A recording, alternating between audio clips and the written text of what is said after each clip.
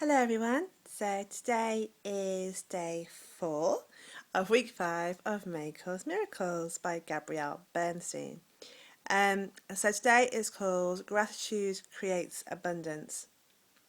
When you focus on the things that you are grateful for in your life, you create an energy of abundance, which brings more wonderful things to you.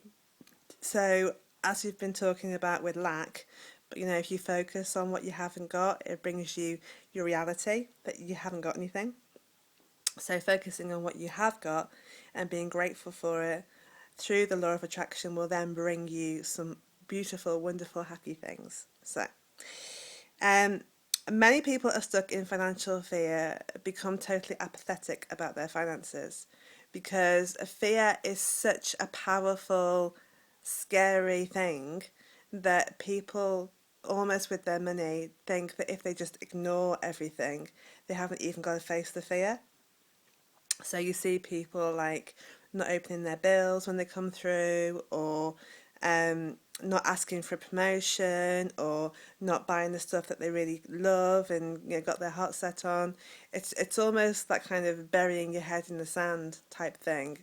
The problem with that is that it can lead to a lot of anxiety and discomfort in your life, which can then lead to health problems further down the line. So, being apathetic about, kind of that burying your head thing, thinking that, well, if I don't deal with it, then everything will just be fine and go away, actually can cause you big problems later on. So that isn't the answer either. Um, she says, New Thought writer Joseph Murphy suggests that you bless your bills and trust that God is providing for you. This is a much more grateful way of handling your finances. So, because we all get bills through, and nobody likes dealing with them, in an ideal situation, an ideal, wonderful world, then everybody would just get everything for free. But the world doesn't work like that. And when you have a house and you have a family, then you have to pay for stuff. And so being frightened about it or not dealing with it isn't going to make that change. So it's just kind of changing the way you think. And when you change the way you think, the thing that you're focusing on and worrying about changes as well. So it's definitely gratitude and positivity are two fundamentally very important things. Definitely. This morning I had to read this. Today I choose to focus on all that I have. My gratitude cuts through my false belief in lack and fear. Rather than avoid my financial fears, I instead focus on what I do have. I am grateful for what I have in this very moment. And the affirmation is, I am grateful for what I have and I welcome all the gifts this day will bring.